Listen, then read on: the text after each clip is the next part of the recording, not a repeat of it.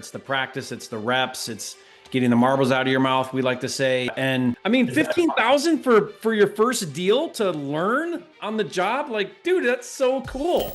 All right, we're gonna get started here, everybody. Thank you for joining me. Appreciate you guys for making the time to be here. I love being able to spend time with you guys. It's one of the highlights of my week, and excited for today. We've got a special guest that we are going to interview. Not special guest, I guess. It's Ryan Barnum, one of our very own. I'm going to bring you up here, Ryan, a fast track student, and excited for Ryan. I found out when he shared that he did his first, was it first deal, Ryan? I think it was first deal, right? Yeah, first deal. And it's been fun to kind of get to know you a little bit, Ryan, and see you doing the work and putting in the time and getting results. And what's fun about today's deal that you're going to be sharing with us and break down for us is this was a pay per lead deal. And I think you probably heard me talking about it either on one of our Zooms here that we do in the community or maybe through a video. But you went ahead and did the special offer that they gave me, which is, you buy the package and they give you they match your spend and give you additional money in your wallet, which is really cool. And then you took the action, you did it, you signed up, you paid the program, you got the credits and the money in the wallet with the Ispeedtolead. And then you went out and did a deal. So super cool to see that. It's fun to see when people take action and get results. So Ryan, let's get into this. And by the way, guys, if you want that special offer, I'll put that in the link if you haven't tried that yet. And maybe we'll get some time to talk a little bit about that platform and, the ins and outs or why that might be something you want to give a shot. But Ryan, why don't you start out by telling us a little bit about you? Give us a brief intro into what market you're in, when you got started, and how you went from brand new in the business to now taking action and getting to your first deal. Sure. Appreciate you having me on, Jerry. I've been interested in real estate investing for a long time, but I think I found your YouTube channel during COVID when there was plenty of time to be had watching YouTube, but maybe didn't really do anything about it until I was on active duty orders for the military. I was living in San Antonio, and my wife and I had gone into business with some friends of ours. We went into deep debt in order to buy some Airbnbs to do this game, and it just didn't go well. We didn't get the money we were expecting, and we were in debt. On active duty orders, I had fairly decent stable income, but it was not enough to pay much more than the minimums. So I was thinking, man, I got to do something. I got to do something fast. So then I remembered, oh, wait a second, Jerry said that you can flip houses and wholesale houses for quick money. I got to figure out how to do that. So then I signed up for your 8-week program, which was free, and I just started going through those videos. And I really could not justify it, but towards the end, I was like, I need to be able to talk to somebody about my deals, so maybe I'll consider applying for the fast track program. And I could not really, on paper, justify spending the money doing it. But yeah, with everything else going on, right? Yeah.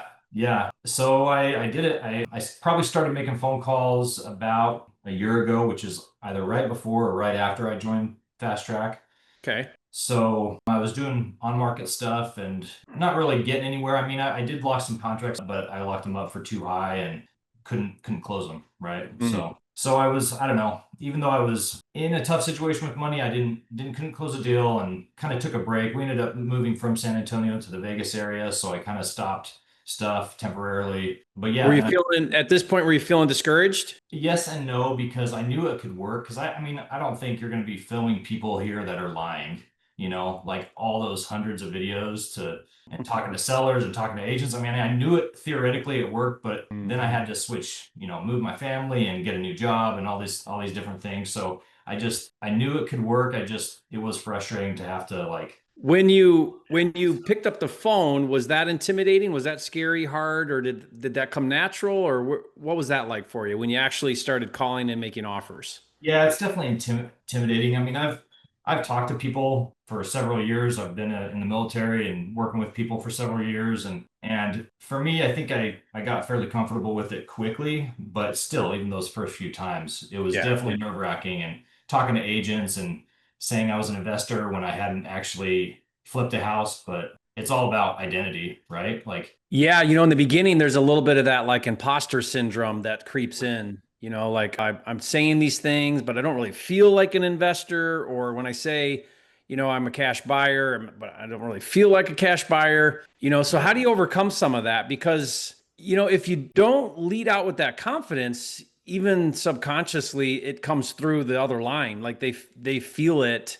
I talk about this quite a bit because it's not something you can put your finger on, but your energy, your demeanor, your tonality, the way you carry yourself, the way you present yourself, there's something about that that's not a script or really a sales thing. It's more of just a you thing. It's a confidence thing, but it certainly comes across. And the other end of the conversation, the agent or the seller feels that. And more than anything, what an agent or a seller is looking for is certainty. Like the reason why they go with you versus the other person usually isn't price. I mean, maybe sometimes, or that plays a role, certainly. But at the end of the day, these are distressed sellers and even agents. They want to know, man, if I go ahead and present this offer and it gets accepted with Ryan, can he see this to the finish line? Is he someone that I want to go under contract with, want to take this property pending? Is he someone that I think is real? Is he saying the things? Is he, how do I feel about this conversation? And sellers likewise. Should I go with this guy or this girl or someone who I already talked to, or should I keep looking? Can they solve my problem? That's what everybody wants to know. Can they solve my problem?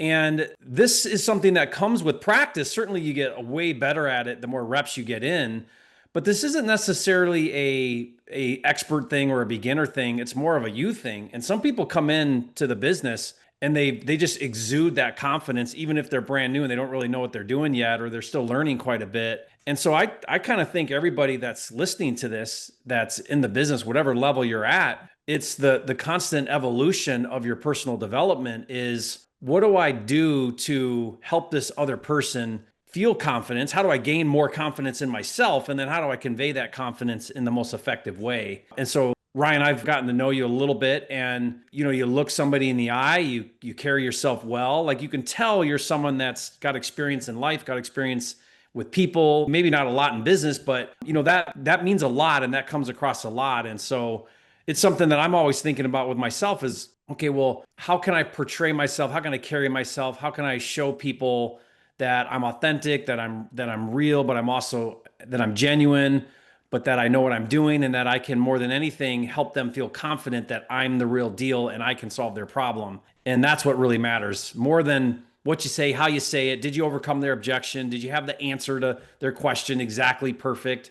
It's less about that. I mean, that matters, but it's less about that, right? So I'm always curious, because for some people it's just terrifying, and it takes a while to just get up the nerves to have that conversation. If that's you guys, leave a comment and say, yeah, that's me. I'm just terrified. I lock up, I start sweating, I freeze, I lose what I was going to say. I forget everything I learned. If that's you, it's okay. Just know that that's something to work on all the time. I think imposter syndrome is a real thing. I definitely had some of it going. I think I still do have some of it going on because I'm still new at it. But I think affirmations are a big deal in your resources. You have your affirmations that you share with everybody, but just going over it every single day. But also the confidence comes with the reps, making the phone calls, and you're not going to get every single deal, but at least you got the rep in, and it makes you that much stronger. So yeah, and that's where that first deal proof of concept helps a lot, because it's hard to say I'm an investor, I'm a cash buyer, I'm a this, I'm a that, when you haven't done it yet. As soon as you do it, you're sort of like, well, I mean, I did it at least once, so there is some truth behind me saying that. Like it just gives you a much more higher level of authenticity. But guys, if that's still you, like if you're like, oh, I haven't done my first deal and I'm telling people I'm an investor, it's okay. Like you need to get through that. I think it's a little detrimental to identify as a newbie, right? Because I think you give yourself a label and then you sort of live into that label. You act out like I'm a newbie, and then you don't really step up to the investor role of like doing things investors do. What is it that investors do? Well, they generate leads, they have quality conversations, they make offers, and they do deals. So that can be you. Just do the thing that the investor does. It's like when I first started working on my mindset, Ryan, my mental development, one of the things that I learned was, if you want to become a millionaire, start acting like one now. What does a millionaire do? What's their routine look like? What's their attitude? What's their day-to-day? How do they show up in business and in life and in sales? Do that. Do what they do. And that's the best way to start to become one is to act like one now. You know what I mean? So Yep. anyway, I think if you want to be an investor, do what investors do, and you will very quickly be in that role. You'll be that persona. Yeah, I agree. And it's also there are the resources here. You can confidently tell somebody, even if you've never done a deal before, you can confidently tell an agent or a seller, I work with a group of investors, and you're being honest and you're not lying, even though you've never done a deal. My mentor does this or this, and we can do this together. Or you can even say, I honestly, I'd be curious to see what you say about this, but maybe you could say, hey, this honestly is my first deal, but I work with somebody who has done this before, and I know that I know what I'm doing and he knows what he's doing, so we'll make it happen. And that's what you could say. I like that, Ryan. What you could say, this is what all of you right now in the fast track community can say. You can say, my partners and I are looking to buy a property in your area. And I work mostly on the front end acquisition of properties, which is why we're talking. But my partners have the funding and the backing, and we can buy any property that fits the criteria. And that's totally true. If you guys bring a deal to the group, Jordan Budd will step in and I'll help out, and our team will step in and help you dispo that deal, help you find the buyer. If you want a JV with us, we can do that. If you want just help finding a buyer, we can do that. If it's a really amazing deal, maybe we come forward with capital or help you get the capital. Like, that's why we're here, to bring those resources and help you have that confidence. So you could totally say it like that. And no one's going to have a problem with that. That's going to make sense. Every investor has a team and people involved in the deals and in the process, and you're just part of that process. Yep. Yeah. Love that. And I've also thought that the due diligence period is a time where you can be completely transparent. And like you've said in your videos, I don't 100% know if I can make this work, but just give me some time to wrap my head around it after let's sign a contract and let's give me some due diligence period. And I will let you know before that time ends whether we can continue or not. Yeah, I love that positioning, because a lot of times we haven't seen the properties. I don't even ask about condition. I just assume it needs work, but I don't really know how extensive it is. Never seen it. I don't know if it's a tear down that has no value at all. Like, you don't really know any of that. So the common thing to say, the smart thing to say is, look, based on everything that you've told me, this number fits really well, but we're going to need to approve an agreement. Once we have that in place, then we're going to come out. We're going to spend a few days. I need 5 or 10 days of due diligence period. We're going to walk the property. As long as everything checks out, we'll move to closing. If something comes up that we're not aware about right now, then we'll have to revisit this conversation and maybe revisit price. But you're totally transparent. You're telling them right up front, hey, this number works so long as it checks out. If it doesn't check out, we're going to be talking again about it. And that way they know going in, okay, these guys, they haven't seen the thing. We've agreed on a number. So long as it checks out, they're going to come out, and this makes sense, right? It also gives sellers and agents an opportunity to bring to light anything that they're not telling you. So like, I'll have agents all the time, Ryan, where they'll say, well, I don't want to sign a contract until you come out and see it. And I'll say to them, well, I'm looking at pictures. I know the numbers. Is there something going on that you need to tell me about that I'm not aware of? Because as long as everything's what it appears to be, then these numbers work. Is there something going on? Like, are you hiding something is kind of what I'm alluding to. And they're like, no, but you really should come out and see it first. Well, I don't need to see it first because I'm seeing everything I need to know right now. So I got to help a lot of old school agents get over that hump of site visit before contract. Yeah. But you will run into that, so you got to be ready to overcome that. I'll tell agents all the time, I'll say, can you imagine what would happen if every time I made an offer, I had to go physically see the property? We wouldn't get anywhere. Like, I just can't. I can't possibly go see every property before we can write an offer. That's why we have a few days of due diligence, so that we can vet the deal, but we know our numbers enough to go into an agreement where we feel really confident about it. The site visit's just to verify nothing weird's going on, like a foundation or something that I don't know about. So that's how we can explain that. And I very rarely have an agent not get over that and say, okay, that makes sense, and move on. So, okay. So Ryan, jumping back into you and your story. So this was about a year ago where you started to get back into it. Yeah. When I joined the program, and I was working on market deals, but I locked up, I think maybe 3 contracts, and they were all too high. And each one of them I couldn't close. I got, offers that were lower, and the seller wouldn't renegotiate. So I just ended up canceling the contract. Yeah. And it's discouraging at the time, but looking back at it now, I'm totally fine with it. It doesn't bother me. It helped me learn, for sure. Yeah. No one likes to back out of contracts. That's always it's always frustrating, and you feel really bad because you got to call them back up and have this heart-to-heart conversation now. And we certainly want to avoid that as much as possible. We don't want to get in the habit of that, or we don't want to strategically try to renegotiate. That's a bad business model. But guys, if it happens, it happens. It's part of the game. The way that you make it so that no one's upset is like we just said, explain upfront your process, and that your process might include renegotiating if you find out later. So like your feedback is your cash buyer. So then when you go to dispo it and everybody's telling you, no, here's where I need to be, and you're like, oh crap, I'm too high. But what I do is I take that information I gathered, like I ask my buyers why.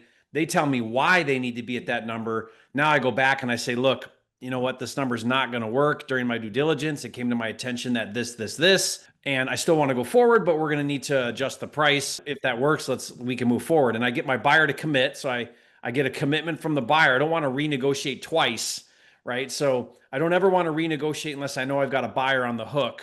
And because now I can go back with confidence and say, look, if you can come down to this number, I can go hard. We can move to close and get this done. And you can be aggressive about that renegotiation. Does that make sense? So don't sweat it, Ryan. I'm glad that you have that attitude of like, hey, I had to go through that. It was part of my learning process. I want to avoid it as much as I can, but that was part of my learning and development, was to go through that a little bit. Right. And I went through it again with this first deal too, and it actually worked out this time. So that's okay. So you had to renegotiate this first one. I did. Yeah. Okay. So walk us through that. This then you signed up for the Ispeedtolead PPL, and guys, PPL is pay per lead. These are lead providers where they go out and they do the marketing, they generate the lead, and then you buy the lead, whatever the process is, but you buy that ready to go lead. And Ispeedtolead had a program where they offered that, and you bought these. Now, was this one of the exclusives, or was it a coupon lead? Which one was it? Do you remember? It was an exclusive lead. So I remember that signing up with your code or whatever, they did give, I think, 3 or 5 exclusive leads at a discount with another coupon code. Okay. And I don't know if they do that now, but it was like 75% off. Yeah. So it just happened. They have some cool programs. Watch for them, Ryan. Keith was just telling us yesterday that over the weekend they had like a 90% off thing. They do stuff like that all the time. And like when those happen, like jump up and down, because man, you're getting huge discounts on leads. I think they like try to clear them out, or they're trying to really bring a lot more awareness. Mm-hmm. Yeah, Keith said 95% off if you bought a lead the week before or something like that. Yeah, that was they were offering existing customers these huge promos. So okay, so you did that, and what happened? So I called her up, and I like how in the PPL it says what type of lead, whether it was a cold call or a Google Ads lead or whatever. But I really am learning not to discriminate against those too much, because this one happened to be a cold call lead. It's like somebody cold called her and said, "Do you want to sell your house?" And she said, "Yeah." And when I called her, she said, "Yeah, I want to sell my house." She had a daughter living in Houston. She lived in San Antonio, owned her house free and clear, but her husband died. So she had just moved into her daughter's house in Houston. So it was vacant. And so we just kind of talked, and she's an elderly woman, and we just had a good time talking to each other. And I asked her how much she wanted for it. She asked for $350, and that was kind of where my numbers were. And she said, I think it's going to take about $60,000 to repair everything. And I even have this contractor. You should call my contractor and get that from her. And I said, okay, I'll do that. But then I forgot, which is important for the renegotiations. But we locked it up at $348 because she said that, I can't remember, something was wrong, maybe a hole in the wall or something. So she discounted it to $348. And I'm just thinking, this is my first deal. I want to get it done as soon as possible. I was calling some people, and one guy said, "Hey, you should call this guy, JD. He's the manager at New Western. So I just want you to call him. Maybe try calling him, see if you can do it, and see if he can help you out." And so I called him, and they said, "Yeah, let's do it." So they scheduled a showing. They had people walk the property for me, and they got an offer at $350. And so I locked up at $348. They got an offer at $350. New Western did. New Western did, yeah. Yeah. So if you guys don't know, New Western is a really big wholesaler outfit that is in several states and markets. They typically don't take big fees. They just mark stuff up a little bit. They're a volume discount volume brokerage, actually. And so you went to them and said, "Hey, I got this contract." And then they went to their buyers and they came back with a $350 number. Yep. Okay. Yep. And you were like, okay, no room on this to make any money, basically. Right. And they also said, rehab's really going to be about $90,000 instead of $60,000. Okay. And so I had two, I guess, pieces of evidence that I could go back and try to renegotiate with. One, that my offer was a little bit lower than I expected, and the rehab was higher than I expected. So, and they said, you know what? If you can just sell it to us for 345, we don't care what you get it for. If you Yeah. can. So my experience with New Western is when they JV with people, they usually don't want half of the fee. They just want their 5 grand. Yeah. I did a deal with them in Denver, Ryan. This was a couple years ago, and it was a 50K assignment, and they wanted 5 grand. So I made 45, they made five, and they were happy with it. They were fine. They just said, "Give us five. We don't care what you make. Just give us five." And they brought the buyer, and I was like, "Okay, sweet." You know what I mean? Like, wow, you don't want to split it? Okay, fantastic. So that sounds like that's what they did with you too. Yeah, so in San Antonio, the minimum is 10,000. I think it might just be up to each individual branch, but Okay. they said, you know what, we'll sell it for 350 if you can give it to us for 345. Let's just start a relationship. And so they were willing to do that. And so I said, okay. And so I called the seller back up and said, hey, this, that, the rehab really is 90,000 because they want to knock out the wall in between the living room and the kitchen. And she's like, what? No, don't do that. And she's like, I'm old. I hate the old open house concept. And I said, okay, well, I'm sorry. That's what they want to do. She's like, did you call my contractor? And I said, oh, I forgot to do that. Let me do that. And it's funny because I called the contractor up that she had and I said, hey, the seller here is saying 60,000 for repairs. Is that right? And she's like, no, actually, it's not right. That's only if I don't knock out the wall in between the kitchen and the living room, and if I don't touch the master bathroom, which really needs some work. And I said, okay, so what's your number? She's like, it's closer to 90,000 actually. So now you had 2 data points, two. Yeah, and I was like, okay, that actually works perfectly. So I called her and I said, I talked to your contractor, and your contractor, she said that it needs to be actually closer to 90,000. And she said that you should knock out the wall between your living room and kitchen. And she's like laughing and freaking out at the same time, like, oh my gosh, I can't believe she said that. So let me call her. Not that I guess she was kind of saying, I don't trust you, but I said, okay, yeah, call her. And I called her back, or she called me back and said, yeah, you're right. She said $90,000. And I said, okay, so can we do 320? And she said, no, I can't do 320. I can do 340. And I said, okay, so you're at 340 and I'm at 320. Can we meet in the middle at 330? Smart. And that's what we settled on, was 320. And I sold it to New Western at 330, and I sold it to New Western for 345. Yeah. So it was so guys, you following the math there? 330 was renegotiated contract price. New Western said, we got a buyer at 350, bring it to us at 345. We'll make five. So you're at 330 to 345. So 15. So you made 15,000 on it. And by JVing with New Western. And any hiccups with them? Like, did they perform, close? What was their earnest money and all that? How'd they do that? So I had paid $500 earnest money out of my pocket. Okay. To the seller on your contract. Yep. And then New Western double closed, and they had their buyer pay, I think, $10,000. So at closing, I got the $500 reimbursed. Perfect. Yeah. Yeah. They're usually pretty good about committing their buyers, like their buyers are legit and stuff. So that's cool, Ryan. What made you think to go to New Western? How did you know they were a force to reckon with? Like, did you know they were big in Vegas? Was this in Vegas? No, I live in Vegas, but I had just moved from San Antonio, so I know the San Antonio. Okay. So this was in San Antonio. Yes. Got it. And how did you know they were big there? Yeah, I didn't have any solid buyers there in San Antonio. I just got to get this done. So I called.